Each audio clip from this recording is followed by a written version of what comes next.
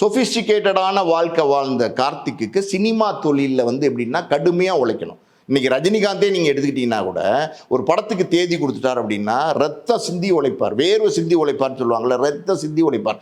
அந்த படத்தை தயாரிக்கிற அந்த தயாரிப்பாளருக்கு லாபம் வரணும், நம்மளை வச்சு ஒரு படம் எடுக்கிறாங்க, நம்மளை வச்சு ஒரு முதலீடு பண்ணுறாங்க, அந்த தயாரிப்பாளர் காசு கிடைக்கணுங்க உயிரை கொடுப்பார் ரஜினிகாந்த்லாம்.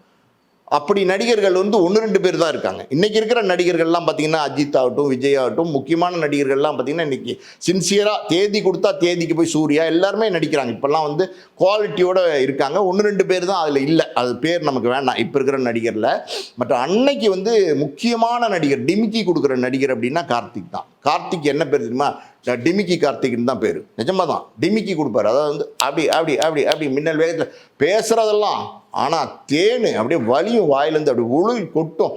போ என்ன சொல்லுங்க ஓ அப்படின்னு. அப்புறம் பார்த்தீங்கன்னா அவரை பிடிக்கவே முடியாது. ஓ அப்படின்னா அதுக்கப்புறம் போனீங்கன்னா நீங்கள் போய் வந்து பணத்தை கொடுத்து நீங்கள் அட்வான்ஸை திருப்பி வாங்குறதுக்கு ஓன்னு அழுதிங்கன்னா கூட அதுவும் வாங்க முடியாது. உங்களுக்கு தெரியாதா சொல்லியிருக்காரு பாருங்க.